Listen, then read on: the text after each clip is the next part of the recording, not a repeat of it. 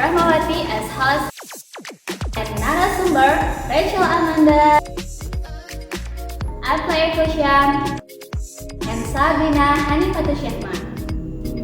So today we will discuss a topic that often encountered in everyday life, namely QRIS. Okay, QRIS is now widely used making transaction fast and hassle-free. Do you think QRIS is helpful in everyday life? For me, it is very helpful. You know, we can see before QRIS, every merchant had their own QR code is allowed. But now with QRIS, merchants only need one QR code to accept payments from every source, like Dana, ShopeePay, OVO, and others. So for me, with QRIS, can make transaction easily and we don't always need cash for life. Okay. I think QRIS can be helpful in daily life, but it also depends on the person and situation. QRIS is not very helpful because it still has some problem, and there's not many places provide QRIS. Furthermore, the system is dependent on internet, and when the connection is weak, the transaction cannot be done. Yes, people really carry cash these days. Everything is digital, just scan. So is it true that QRIS make life more convenient and by eliminating the need to carry cash? I said before, so the answer is yes, it's true. In this era, it's safe if we want to go out or hang out, we just take a phone as long as the balance is secure. But why? Because, for example, if you want to buy food, for payment you only need to scan QR code and then the payment is complete. So for me, it's make transaction so fast and make my life is very easily. QRIS can make life more practical since we don't need to bring cash. But some people still prefer using money directly.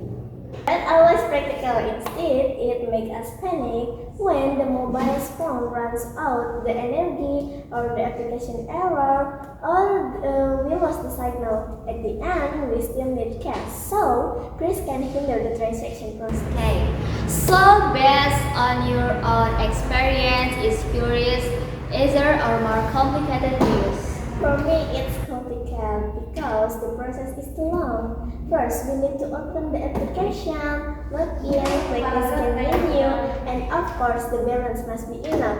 Then, if we make even a small mistake, the transaction will be failed.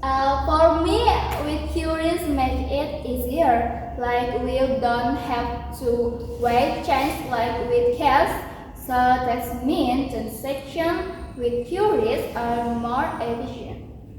For some people, QRIS make transaction easier, but for others who are not used to digital payment, it can feel complicated.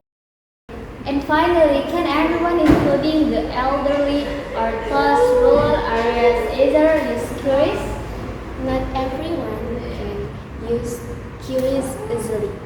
Younger people might find it simple, but older people or those in rural areas might face difficulties.